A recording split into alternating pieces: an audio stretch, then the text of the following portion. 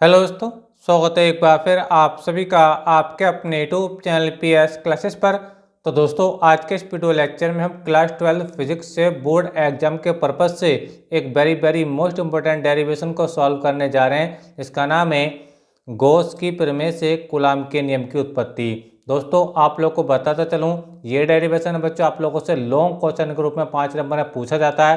बच्चों, बहुत ही आसान डेरिवेशन है। एक बार वीडियो लेक्चर को आप पूरा देखेंगे तो आपको पूरा कॉन्सेप्ट समझ में आएगा कि कैसे हम गॉस की प्रमेय से कूलाम के नियम की उत्पत्ति करते हैं। तो आइए दोस्तों, बिना किसी देरी के शुरू करते हैं वीडियो लेक्चर को, समझते हैं पूरी बात को। तो चलिए स्टार्ट करते हैं। देखिए दोस्तों, पहले मैं आप लोगों को थोड़ा कूलाम के नियम के बारे में बता देता हूँ कि कूलाम का नियम क्या होता है, जिससे कि आपको इसका पूरा कॉन्सेप्ट आपको अच्छे से क्लियर हो सके। ठीक है, तो चलिए देखिए, मैं थोड़ा सा नॉलेज बच्चों आपको कूलाम के नियम के बारे में देता हूँ। ठीक है, कूलाम का नियम बच्चों ये कहता है कि अगर दो स्थिर बिंदु आवेश, जैसे कि स्क्रीन पर देख पा रहे होंगे, एक स्थिर बिंदु आवेश है Q1 और दूसरा स्थिर बिंदु आवेश है बच्चों Q2, और ये एक दूसरे से बच्चों R डिस्टेंस पर रखें, यानी R दूरी पर रखे हो, तो इनके बीच जो लगने वाला स्थिर वैद्युत बल होता है, ठीक है, उसका जो परिमाण होता है बच्चों वो होता है F = 1/4πε0। ठीक है, और Q1 Q2/R² होता है। ठीक है, जहाँ बच्चों ये जो 1/4πε0 होता है, ठीक है, ये बच्चों क्या होता है, ये कूलाम नियतांक होता है। ये क्या होता है बच्चों, कूलाम नियतांक होता है। ठीक है, तो इस नियम को बच्चों हम गॉस की प्रमेय की सहायता से सॉल्व करने वाले हैं। तो चलिए स्टार्ट करते हैं। तो देखिए बच्चों, हम जानते हैं कि जो गॉस की प्रमेय होती है ना, वो हमेशा बंद पृष्ठों पर लागू होती है, यानी आवेश को किसी पृष्ठ के अंदर बंद होना चाहिए। ठीक है, तो देखिए पहले बच्चे इसका थोड़ा सा जो डायग्राम है, मैं आपको डायग्राम अच्छे से क्लियर कर देता हूँ, फिर इसकी थ्योरी को समझेंगे। ठीक है, तो देखिए डायग्राम बच्चों ये है कि मान लीजिए बच्चों ये एक गोलीय पृष्ठ है। ठीक है, और जिसकी ये जो गोलीय पृष्ठ है बच्चों, इसका केंद्र है बच्चों O, इसका केंद्र है O। ठीक है, उसकी त्रिज्या बच्चों क्या R है। ठीक है, और इसके केंद्र पर बच्चों को एक +Q चार्ज हमने रख रखा है। जैसे कि हम लोग जानते हैं कि जो गॉस की प्रमेय होती है हमेशा बंद पृष्ठों पर लागू होती है। ठीक है, और उस पृष्ठ के अंदर क्या होना चाहिए बच्चों, चार्ज यानी आवेश होना चाहिए। ठीक है, तो ये जो Q आवेश है इस गोलीय पृष्ठ के भीतर रखा है। इस गोलीय पृष्ठ का जो केंद्र है वो O है, उसकी त्रिज्या R है। क्लियर है आप लोग को मेरी बात? ठीक है, तो देखिए आपको डायग्राम यहाँ तक क्लियर हो गया होगा। अब मैं देखिए थोड़ा सा इसकी थ्योरी को आपको समझाता हुआ चलता हूँ। ठीक है, देखिए क्या थ्योरी आपको लगानी है, हेडिंग देखिए लगाएंगे।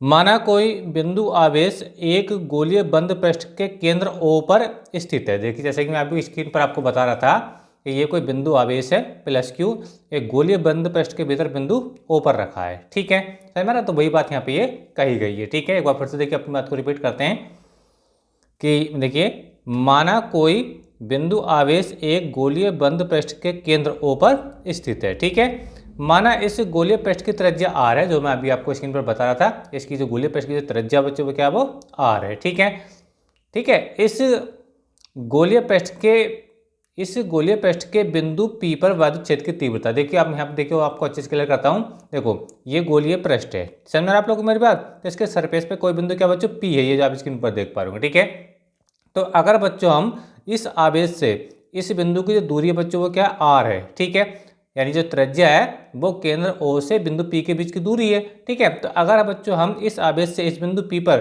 विद्युत क्षेत्र की तीव्रता देखें तो फार्मूला क्या होता है, E = 1/4πε0 Q/R² होता है।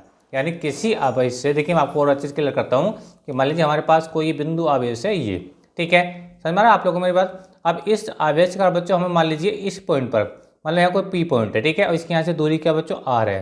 ठीक है, तो इस P पॉइंट पर बच्चों वैल्यू क्षेत्र देखें तो फार्मूला जो आता है बच्चों वो आता है E = 1/4πε0 और Q/R² आता है। समझ में आप लोगों को मेरी बात? तो वही फार्मूला मैं आपकी स्क्रीन पर आपको दिखा रहा हूँ। ठीक है, ये देखिए, तो देखो ये बिंदु आवेश का केंद्र पर रखा है।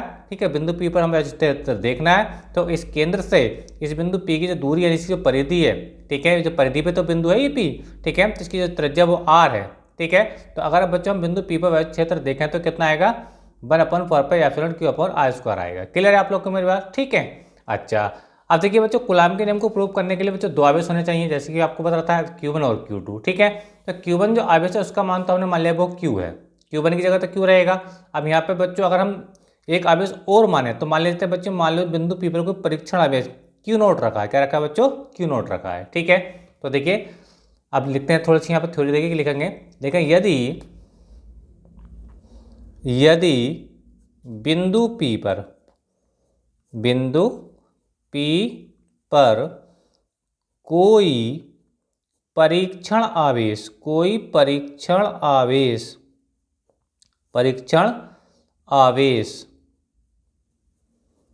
Q नॉट, ठीक है, ये जो मैं आपको बताऊँ कि Q नॉट रखा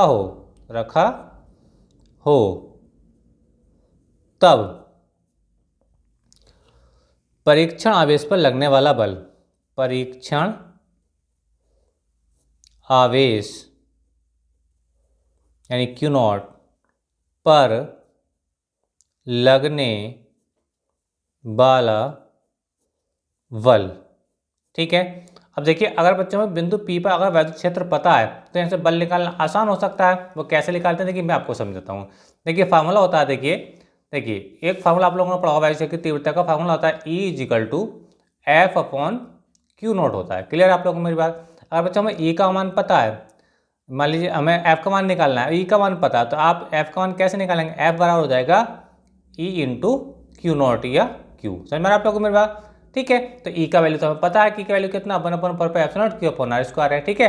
तो यही फार्मूला यूज करके बच्चों हम यहाँ से F की वैल्यू निकाल सकते हैं। क्लियर है आप लोगों को मेरी बात। चल देखिए आपको और क्लियर कर देता हूँ। देखिए तो देखिए F इजिकल टू हो जाएगा E × Q नॉट। समझ में आ रही है आप लोग को मेरी बात, ठीक है। आगे समझिए, देखिए अब ये जो E का मान है, ये जो हमने E का मान स्टार्टिंग में निकाला है, इस E के मान को हम यहाँ पे पुट कर देंगे, ठीक है। तो ये हो जाएगा F इजिकल टू, देखिए E का मान रख दीजिए सारा, क्या है देखिए 1/4πε0, ठीक है, और Q अपॉन क्या बच्चों ये r² होगा, ठीक है।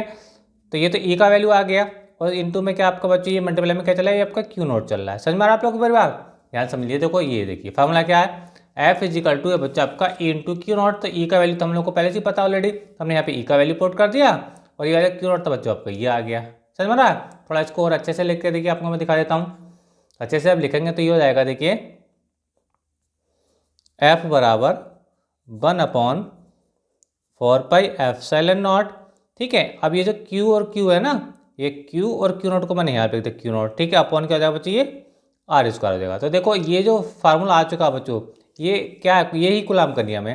देखिए कूलाम के नियम में क्या होता है बच्चों, जैसे कि मैं आपको बता रहा था, यहाँ पे देखिए इस फार्मूले को, कूलाम का नियम का फार्मूला होता है F is equal to 1/4πε0 Q1 Q2/r² होता है।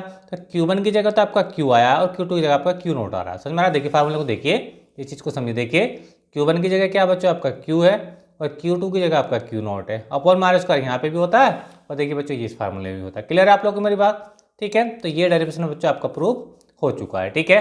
तो उम्मीद करता हूँ बच्चों पूरा डेरिवेशन आपको क्लियर हो गया होगा, ठीक है।